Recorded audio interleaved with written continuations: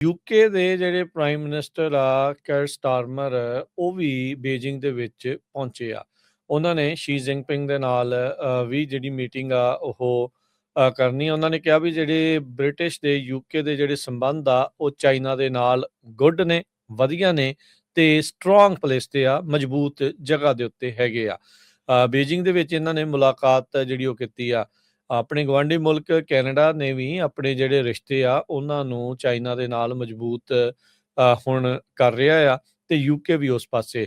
ਡੈਵੋਸ ਦੇ ਵਿੱਚ prime minister mark Carney ਦੀ ਜਿਹੜਾ ਭਾਸ਼ਣ ਮਿਡਲ ਪਾਵਰਸ ਨੂੰ ਇਕੱਠੇ ਹੋਣ ਦੇ ਲਈ ਵਰਲਡ ਆਰਡਰ ਰਪਚਰ ਹੋ ਰਿਹਾ, ਨਵਾਂ ਵਰਲਡ ਆਰਡਰ ਜਿਹੜਾ ਹੋ ਆ ਰਿਹਾ ਆ, ਉਸ ਦੀ ਚਰਚਾ ਦੇ ਵਿੱਚ ਹੁਣ ਇੱਕ ਹਿਸਾਬ ਦੇ ਨਾਲ ਸੈਂਟਰਲ ਪੁਆਇੰਟ ਆਫ ਅਟਰੈਕਸ਼ਨ ਜਾਂ ਕਹਿ ਲਓ ਉਹ ਧਰੁਵ ਤਾਰਾ ਜਿਹੜਾ ਇਸ ਟਾਈਮ ਚੀਨ ਬਣ ਕੇ ਉੱਭਰ ਰਿਹਾ ਆ।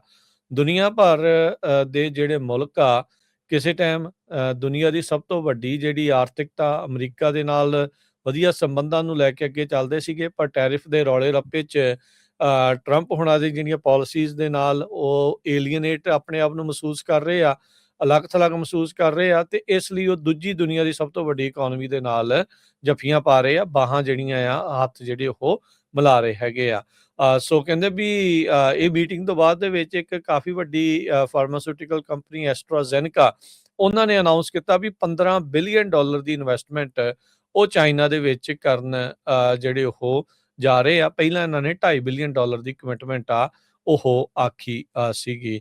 ਟ੍ਰੇਡ ਵਾਰ ਦੇ ਵਿੱਚ ਚਾਈਨਾ ਨੇ ਅਮਰੀਕਾ ਨੂੰ ਪੂਰੀ ਜਿਹੜੀ ਉਹ ਇਸ ਟਾਈਮ ਟੱਕਰ ਦਿੱਤੀ ਆ ਤੇ ਜਿਸ ਤਰੀਕੇ ਦੇ ਨਾਲ ਫਾਈਨੈਂਸ਼ੀਅਲ ਤੇ ਹਰਜੋਤ ਸਿੰਘ ਜੀ ਸੰਬੰਧ ਜਿਹੜੇ ਇਸ ਟਾਈਮ ਦੂਜੇ ਮੁਲਕਾਂ ਦੇ ਚੀਨ ਦੇ ਨਾਲ ਬਣ ਰਹੇ ਆ, ਚਾਈਨਾ ਦੀ ਮਜ਼ਬੂਤੀ ਜਿਹੜੀ ਉਹ ਆ ਸਕਦੀ ਆ। ਉਧਰ ਡਾਲਰ ਦੀ ਵੈਲਿਊ ਲਗਾਤਾਰ ਜਿਹੜੀ ਉਹ ਡਿੱਗ ਰਹੀ ਆ। ਸੋਨਾ ਚਾਂਦੀ ਜਿਹੜਾ ਆ ਉਹ ਕਢਾ ਰਹੇ ਨੇ ਲੋਕ ਇੱਥੋਂ ਇਨਵੈਸਟਰਸ ਤੇ ਆਪੋ ਆਪਣੇ ਥਾਵਾਂ ਤੇ ਲੈ ਕੇ ਜਾ ਰਹੇ, ਜਿਸ ਕਰਕੇ ਆਪਾਂ ਦੇਖਦੇ ਆ ਸੋਨੇ ਚਾਂਦੀ ਦੀ ਜਿਹੜੀ ਕੀਮਤ ਆ ਕਾਫੀ ਜ਼ਿਆਦਾ ਜਿਹੜੀ ਉਹ ਵਧੀ ਜਿਹੜੀ ਉਹ ਹੋਈ ਆ। ਇਕਨੋਮਿਕਲੀ ਕੀ ਇਹ ਕੋਲੈਪਸ ਦੀਆਂ ਨਿਸ਼ਾਨੀਆਂ ਨੇ ਜਾਂ ਕਿਹੜੇ ਪਾਸੇ ਵੱਲ ਨੂੰ ਜਾ ਰਿਹਾ ਆ, ਇਸ ਦੇ ਉੱਤੇ ਜਿਹੜੇ ਵੱਖ-ਵੱਖ ਅਰਥ ਸ਼ਾਸਤਰੀ ਆਪੋ ਆਪਣੀ ਰਾਏ ਜਿਹੜੀ ਉਹ ਰੱਖ ਰਹੇ ਨੇ। ਪਰ ਇਹ ਆ ਵੀ ਹੁਣ ਕੈਨੇਡਾ ਤੋਂ ਬਾਅਦ 'ਚ ਯੂਕੇ ਨੇ ਵੀ ਚਾਈਨਾ ਦੇ ਨਾਲ ਚਾਈਨਾ ਜਾ ਕੇ ਹੀ ਮੁਲਾਕਾਤ ਕੀਤੀ ਆ ਤੇ ਆਪਣੇ ਸੰਬੰਧਾਂ ਨੂੰ ਸੁਧਾਰਨ ਵੱਲ ਨੂੰ ਉਹਨਾਂ ਨੇ ਕਦਮ ਚੁੱਕ ਲਏ ਨੇ। ਯੂਕੇ ਦੇ ਜਿਹੜੇ ਪ੍ਰਾਈਮ ਮਿਨਿਸਟਰ ਆ ਕੇਰ ਸਟਾਰਮਰ ਉਹ ਵੀ ਬੀਜਿੰਗ ਦੇ ਵਿੱਚ ਪਹੁੰਚੇ ਆ। ਉਹਨਾਂ ਨੇ ਸ਼ੀ ਜਿਨਪਿੰਗ ਦੇ ਨਾਲ ਵੀ ਜਿਹੜੀ ਮੀਟਿੰਗ ਆ ਉਹ ਕਰਨੀ ਆ। ਉਹਨਾਂ ਨੇ ਕਿਹਾ ਵੀ ਜਿਹੜੇ ਬ੍ਰਿਟਿਸ਼ ਦੇ ਯੂਕੇ ਦੇ ਜਿਹੜੇ ਸੰਬੰਧ ਆ ਉਹ ਚਾਈਨਾ ਦੇ ਨਾਲ ਗੁੱਡ ਨੇ, ਵਧੀਆ ਨੇ ਤੇ ਸਟਰੋਂਗ ਪਲੇਸ ਤੇ ਆ, ਮਜ਼ਬੂਤ ਜਗ੍ਹਾ ਦੇ ਉੱਤੇ ਹੈਗੇ ਆ।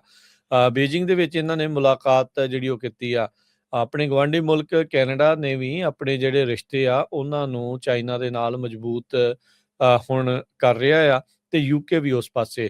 ਡੈਵੋਸ ਦੇ ਵਿੱਚ ਪ੍ਰਾਈਮ ਮਿਨਿਸਟਰ ਮਾਰਕ ਕਾਰਨੀ ਦੀ ਜਿਹੜਾ ਭਾਸ਼ਣ ਮਿਡਲ ਪਾਵਰਸ ਨੂੰ ਇਕੱਠੇ ਹੋਣ ਦੇ ਲਈ ਵਰਲਡ ਆਰਡਰ ਰਪਚਰ ਹੋ ਰਿਹਾ, ਨਵਾਂ ਵਰਲਡ ਆਰਡਰ ਜਿਹੜਾ ਹੋ ਆ ਰਿਹਾ ਆ, ਉਸ ਦੀ ਚਰਚਾ ਦੇ ਵਿੱਚ ਹੁਣ ਇੱਕ ਹਿਸਾਬ ਦੇ ਨਾਲ ਸੈਂਟਰਲ ਪੁਆਇੰਟ ਆਫ ਅਟਰੈਕਸ਼ਨ ਜਾਂ ਕਹਿ ਲਓ ਉਹ ਧਰੁਵ ਤਾਰਾ ਜਿਹੜਾ ਇਸ ਟਾਈਮ ਚੀਨ ਬਣ ਕੇ ਉੱਭਰ ਰਿਹਾ ਆ।